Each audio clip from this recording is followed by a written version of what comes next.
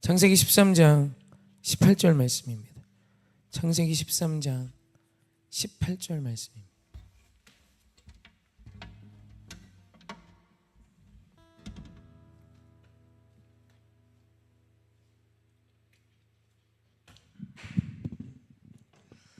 길지 않은 말씀 우리 함께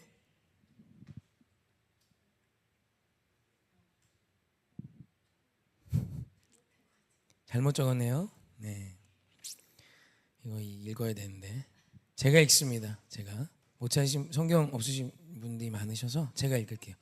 이에 아브라함이 장막을 옮겨 헤브론에 있는 마므레 상수리 수풀에 이르러 거주하며 거기서 여호와를 위하여 제단을 쌓았더라. 아멘. 광고를 먼저 한번 하려고 합니다. 다음 주는 오전 예배가 없을 것 같습니다. 일단 제가 집회를 좀 가는 부분이 있어서 하루 이렇게 좀 빠지고 수요일부터는 또 여름 성경 학교가 있습니다. 그래서 다음 주 한 주는 오전 예배가 없습니다. 차고 없으시고 오셔서 기도하시는 건 괜찮아요. 차고 하셔도 되겠다. 차고 하시고 오셔서 예배 드리셔도 되겠네요.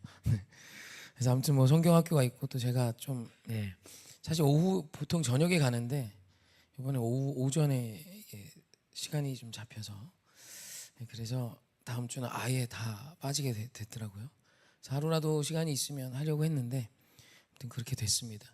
그래서 양해 부탁드리고 그냥 예배 포기하지 마시고 각자 삶의 자리에서도 함께 예배 드리셨으면 좋겠습니다. 아멘. 제가 이 말씀 다시 한번 읽습니다. 이 아브라함은 장막을 함께 같이 읽어볼까? 시작. 이 아브라함이 장막을 옮겨 헤브론에 있는 마므레 상수리 수풀에 이르러 거주하며 거기서 여호와를 위하여 제단을 쌓았더라. 아멘. 우리가 아는 아브라함은 사실 실패자입니다. 그의 이름은 존귀한 자, 존귀한 아버지라고도 해석할 수 있는 아브라함인데 이 아브라함에겐 사실 존귀한 자가 될 수 있었던 최소 조건인 자식이 없었습니다. 그리고 그의 동생 하란이 죽었고 그래서 갈대아 우르를 떠나 가나안 땅을 향해 아버지 데라 때에 이제 갈대아 우르를 떠났고요. 그리고 하란 땅에 정착을 해요. 가나안 땅에 들어가지 못하고 그리고 하란에 머물고 있는 아브라함에게 아브라함 나이 75세 때 하나님이 오셔서 말씀을 주십니다. 약속을 주십니다. 내가 너에게 보여줄 땅으로 가. 내가 너를 큰 민족이 이루고 내가 너를 복이 되게 할 거야. 너는 복이 될지라. 네가 축복하면 내가 축복할 거고 복 줄 거고 네가 저주하면 내가 저주할 거야. 내가 내 이름 창대하게 해줄 거야. 이렇게 약속을 주시고 아브라함이 아멘하고요. 가나안으로 이렇게 건너옵니다. 그리고 아브라함이 했던 것은 기근과 어려움을 겪는 일이었고 또 기근이 찾아왔을 때 애굽으로 가서 하나님의 약속의 말씀을 포기하고 자기의 몸인 사라를 팔아먹게 됩니다. 지난번에 말씀드렸지만 사라를 팔았다라는 의미는 하나님과의 약속 파기를 의미합니다. 하나님은 아브라함의 몸을 통해 자식을 주실 것을 약속하셨는데 아브라함의 몸인 사라를 팔았다는 것은 약속 파기를 의미해요. 물론 가나안 땅을 떠난 것도 그렇게 볼 수 있지만 사실 결정적인 것은 사라를 포기했다는 것입니다. 그래서 그랬던 아브라함이 사실 지금은 롯과 헤어지고 난 뒤 헤브론으로 와서 장막을 거기에 이제 장막이래요. 여호와를 향한 제단을 쌓는 이 장면인데요. 롯에게 너가 우하면 내가 좌할게, 내가 좌하면 내가 우할게 라고 말하며 선택권을 조카에게 줍니다.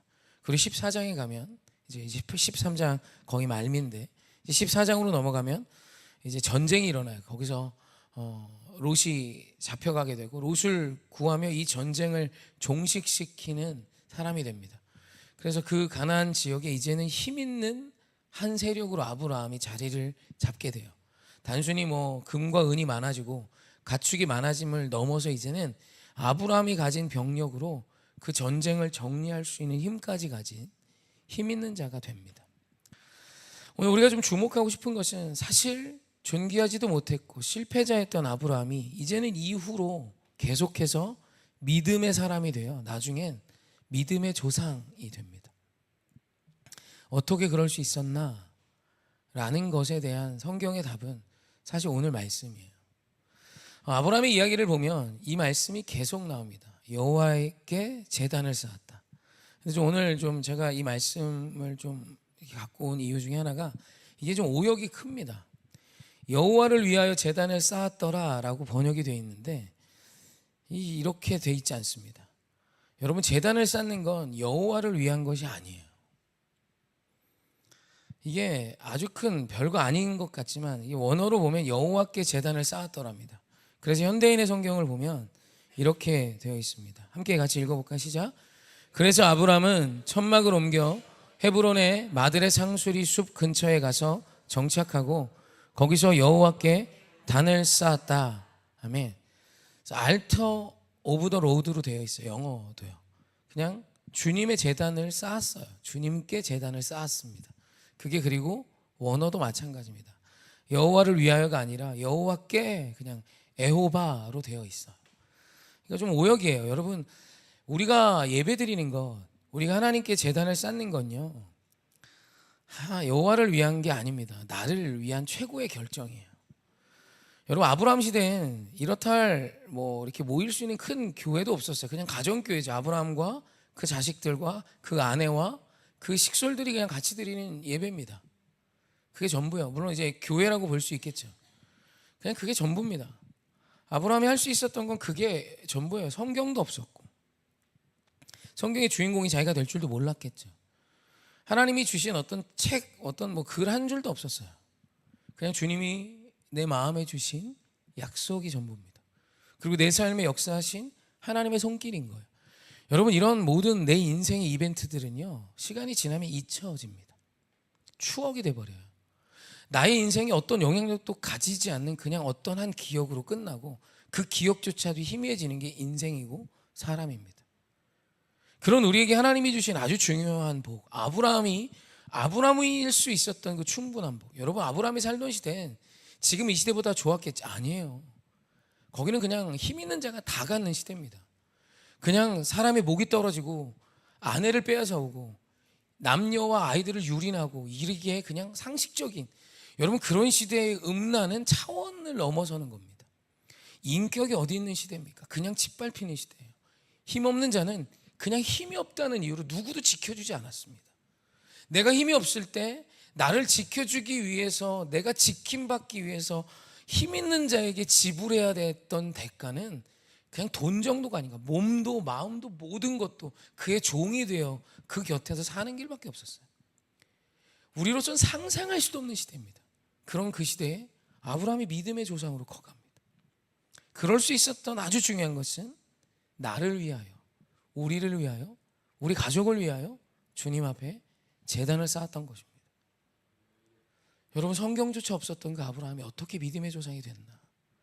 시대적으로 너무 척박하고 정말 사람의 인권과 사람이 사람으로도 여겨지지 않았던 그 시대에 어떻게 아브라함의 믿음의 조상으로 자신의 아들까지 내어드리며 하나님의 영광을 드러내는 자가 되었나.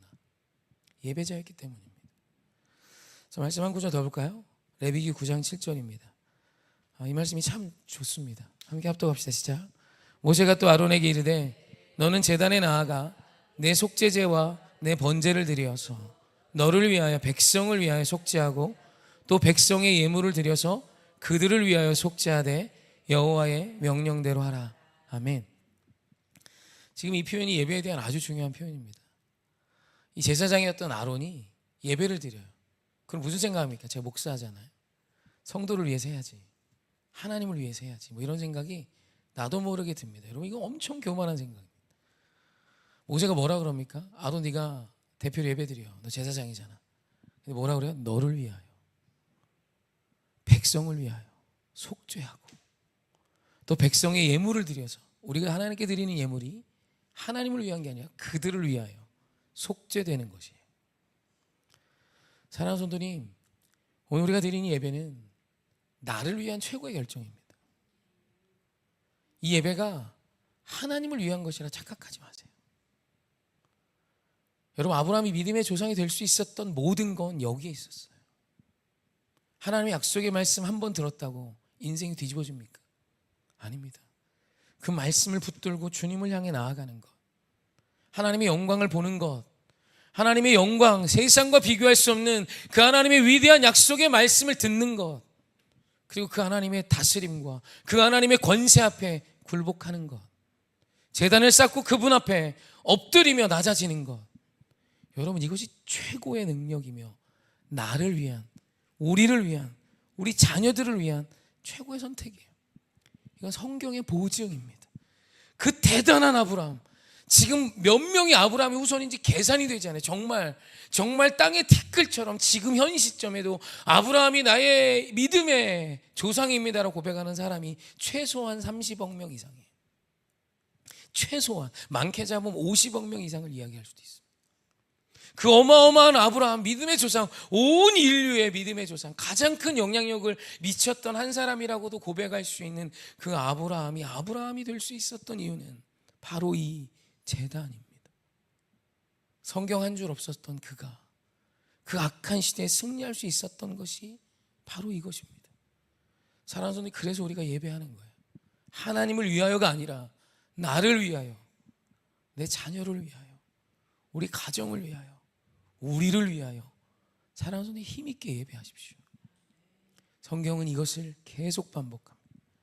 그래서 아브라함의 이야기를 집에 가서 한번 쭉 읽어보십시오. 아브라함이 하나님을 향해서 했던 건 할 수 있는 것도 없습니다. 그냥 하나님을 향하여 취했던 어떤 행동은 제단뿐입니다. 근데 그 제단을 쌓는 건 나를 위한 것입니다. 우리 마지막으로 지난번에 봤지만 창세기 6장 14절 함께 합독합시다. 시작. 너는 고페루나무로 너를 위하여 방주를 만들되 그 안에 캉들을 막고 역청을 그 안팎에 칠하라. 아멘. 100년을 걸려서 수조해야 했던 노아의 방주를 하나님은 노아를 위하여, 네가 너를 위해 방주를 만들 것이다 라고 선포합니다. 하나님을 위해서 노아의 방주를 만든 게 아닙니다. 사랑하는 성도, 우리 하나님이 오늘 우리에게 요구하시는 사실 모든 것, 또 때로는 부담스러운 것, 노아의 방주와 같이 사명과 소명으로 불러내시는 것조차 나를 위한 것임을 믿으십시오. 할렐루야. 저도 목회를 너를 위해 해야지, 이 땅을 위해 해야지 라는 교만한 생각을 했었을 때가 있습니다. 내가 거리 예배를 예수 알지 못하는 저들을 위해 해야지, 아니더라고요. 나를 위한 것이었습니다. 그리고 나를 위해 드렸던 그 예배가 너를 위한 예배가 되어갔고, 나를 위해 드렸던 예배가 우리를 살리는 예배가 되더라고요. 사랑하는 성도님, 오늘 우리 제단 쌓으십시다.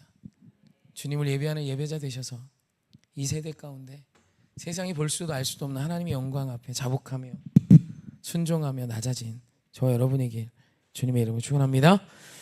아멘.